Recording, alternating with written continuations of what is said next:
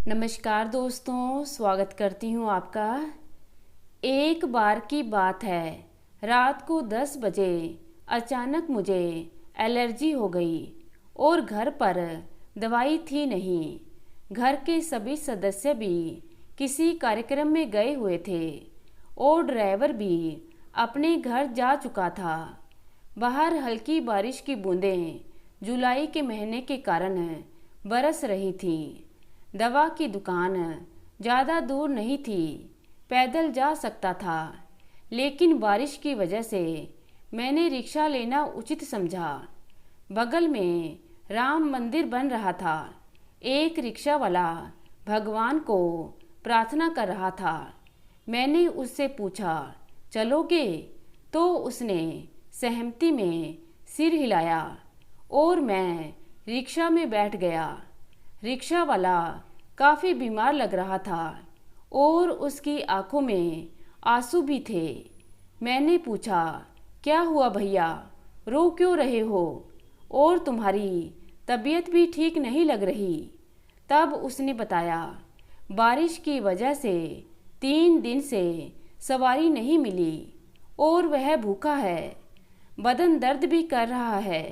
अभी भगवान से प्रार्थना कर रहा था कि आज मुझे भोजन दे दो, मेरे रिक्शे के लिए सवारी भेज दो।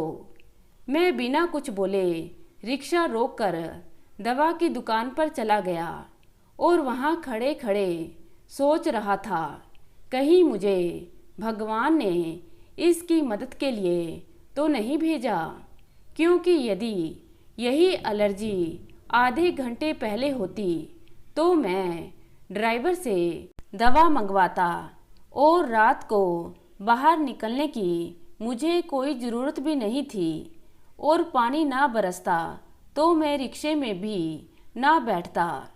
मन ही मन भगवान से कहा, मुझे बताइए, क्या आपने रिक्शे वाले की मदद के लिए मुझे भेजा है? मन में जवाब मिला, हाँ। मैंने भगवान को धन्यवाद दिया। अपनी दवाई के साथ एक बुखार की टैबलेट भी ली।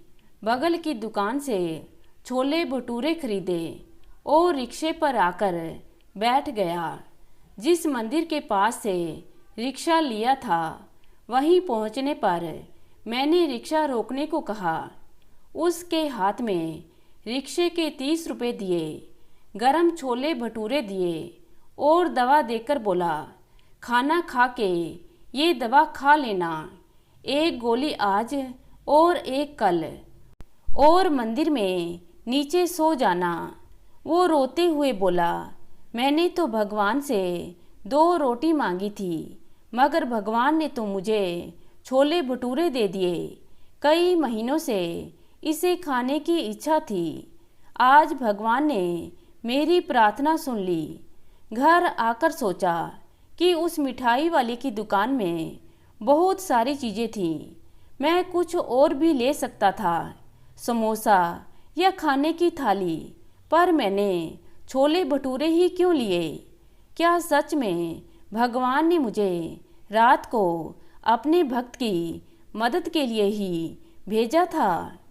तो दोस्तों, हम जब भी किसी की मदद करने सही वक्त पर पहुंचते हैं तो इसका मतलब उस व्यक्ति की भगवान ने प्रार्थना सुन ली और आपको अपना प्रतिनिधि बना, देवदूत बना उसकी मदद के लिए भेज दिया।